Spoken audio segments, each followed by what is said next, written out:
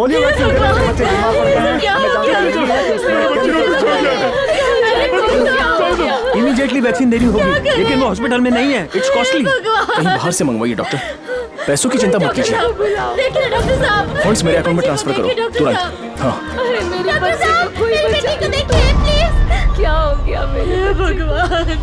Sir आप क्यों tension ले रहे हैं? आपके अपने यहाँ कोई एडमिट है क्या, या फिर आपके कोई जान पहचान का कोई बच्चा एडमिट है? डॉक्टर साहब देखिए ना मेरे बेटे को क्या हो गया। मेरे अपने तो कोई नहीं है इनमें, लेकिन जो मेरे अपने हैं उन्हीं लोगों की वजह से सब कुछ हो रहा है बेटा। इस पोलियो स्कैन का पूरा कारण है इस वक्त का हेल्थ मिनिस्टर जगन्नाथ,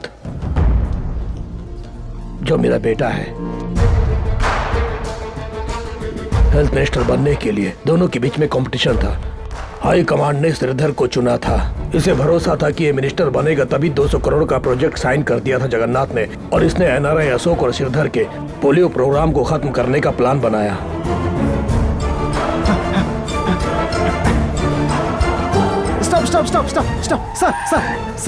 सर मैं एक जर्नलिस्ट हूँ। मुझे पोलियो वैक्सीन के बारे में जानकारी मिली है। जब मैं स्टिंग ऑपरेशन में था तो किसी गैंग ने मेरे ऊपर अटैक किया है सर। इसमें किसी बहुत बड़े आदमी का हाथ है सर। ये कैमरा मेरे हाथ में रहा तो बहुत खतरा होगा सर, वो मुझे मार डालेंगे। ये कैमरा पुलिस को हैंडओवर कर दीजिएगा सर, प्लीज सर। जगन्नाथ अब इंसान नहीं रह गया था, वो राक्षस बन गया था। जगन्नाथ, मुझे जो कैमरे का फुटेज मिला था उससे मैंने उसे चेतावनी दी कि वो सरेंडर हो जाए, लेकिन उसने मुझे धमकाया और मेरे आंखों के सामने उस इंस्पेक्टर से उस जर्नलिस्ट पर गोली चलवाई। मत मारिए सर, प्लीज। पिताजी आप मेरी। वहाँ से मैं उस सबूत को लेकर मीडिया को देने के लिए भाग निकला, लेकिन चारों तरफ उसके गुंडे मुझे ढूंढ रहे थे। लॉ एंड ऑर्डर द्वारा न्याय मांगने के लिए मैं पुलिस कमिश्नर के पास भी गया, लेकिन मैं जान गया था कि उस दवाई के सर्कुलेशन को अब रोका नहीं जा सकता। इसलिए मैं वहाँ गया जहाँ हेल्थ मिनिस्टर पोलियो ड्रॉप्स का उद्घाटन करने वाले थे, लेकिन मेरी वो कोशिश भी बेकार गई और मैं उसके अन्याय के खिलाफ आवाज नहीं उठा पाया। कुर्सी के लिए उसने बेचारे बच्चों की जान ले ली, लेकिन वो उस स्कैम के सबूत को मिटा नहीं पाया। लेकिन उसके कर्मों के सारे सबूत अभी भी मेरे पास हार्ड डिस्क में सेफ है, और ये पक्का सबूत है। सबूत होने के बाद भी मेरी बातों पर किसी ने विश्वास नहीं किया।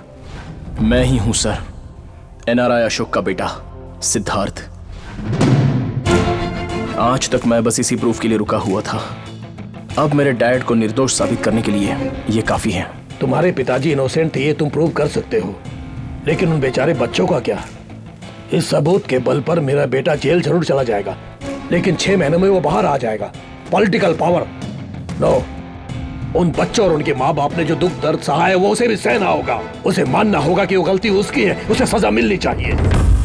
ये सिर्फ समस्या तुम्हारी नहीं है सिद्धार्थ, ये पूरी जनता की समस्या है। जनता के वास्ते तुम्हें लड़ाई लड़नी होगी।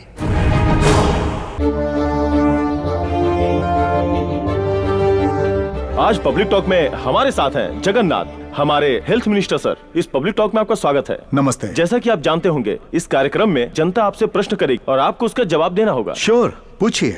नमस्ते सर, एम्बुलेंस की कमी की वजह से पब्लिक को बहुत परेशानी हो रही है। मैं ये बात जानता हूँ। मैं ऑलरेडी 500 एम्बुलेंस मुंबई और बाकी डिस्ट्रिक्ट के लिए मंजूर कर चुका हूँ। अगला प्रश्न जनता की तरफ से। Yes gentleman. सर, पोलियो से अफेक्ट हुए लोगों के लिए सरकार से अब तक कोई मदद नहीं मिली है। No no no no no, you have wrong information. गलत है ये। सरकार मदद के लिए मंजूरी दे चुकी है। चाइल्ड वेलफेयर एसोसिएशन रिपोर्ट कहती है कि सरकार से कोई ग्रांट नहीं मिला है। Excuse me, pass it on.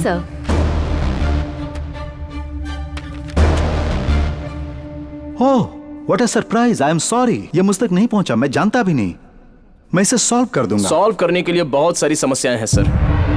Drug control department of Maharashtra से सर्टिफाइड होकर एक्स हेल्थ मिनिस्टर द्वारा अप्रूव किए गए मेडिसिन और पोलियो बूथ में पहुंचाए गए मेडिसिन अलग हैं।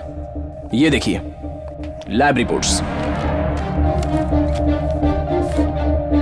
इसके पीछे किसी और का हाथ है सर।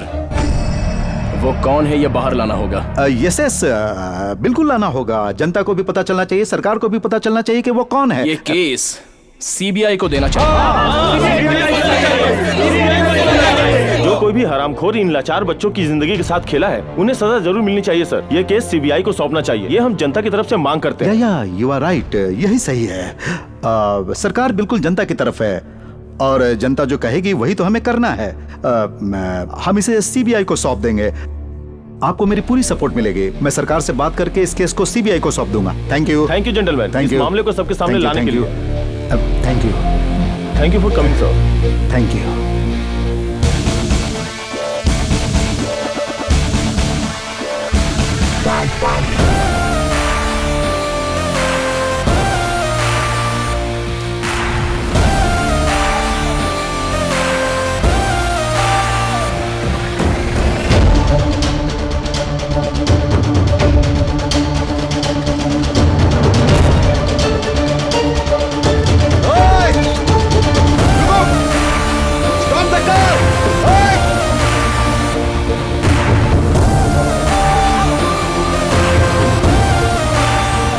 मुझसे ही कह रहा है कि सीबीआई को सौंप दो ये केस।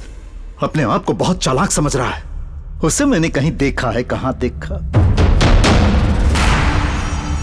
ये वहीं रहता है जहां मेरे पिताजी रहते हैं। इसका मतलब मेरे पिताजी आश्रम में छुपे हुए हैं। सर, हम सोच रहे थे कि हम सब सेफ हैं, लेकिन अब मुसीबत हमारे सर पे है। क्या हुआ? सोचा था कि एनआरआई पर ब्लेम डालने से हमें कोई नहीं पूछेगा, लेकिन पूछने और बताने के लिए एक आदमी आगे आया है। टीवी शो में आपसे सवाल करने वाला कोई और नहीं है सर, उसी एनआरआई का बेटा है। उसके पास केस के सारे डिटेल्स हैं। इसका मतलब दोनों मिलकर हमें बर्बाद करना चाहते हैं। वो प्रूफ मेरे पिताजी के पास है और वो उसे साबित करना चाहते हैं। अगर हम इन्हें जनता के बीच जाने देंगे तो हम सर उठाने के लायक नहीं रहेंगे। हेलो,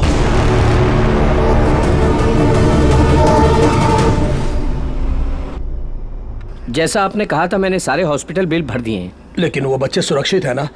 उन बच्चों को बचाकर तुमने बहुत पुण्य का काम किया Siddharth. It's my duty sir.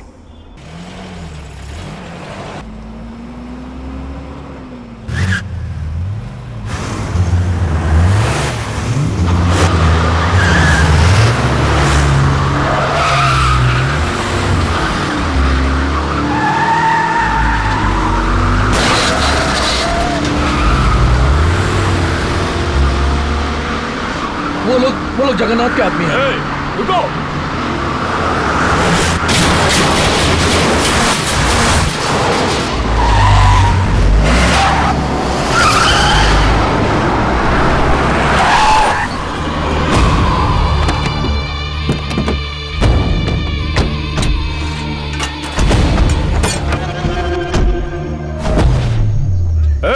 बाहर निकलो सब लोग।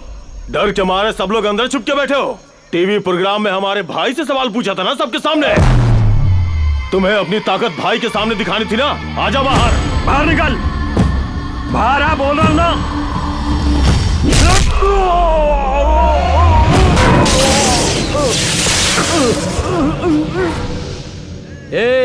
तुम सब यहाँ पर भाई बॉस ये सब बोल के चमचागिरी करने आए हो?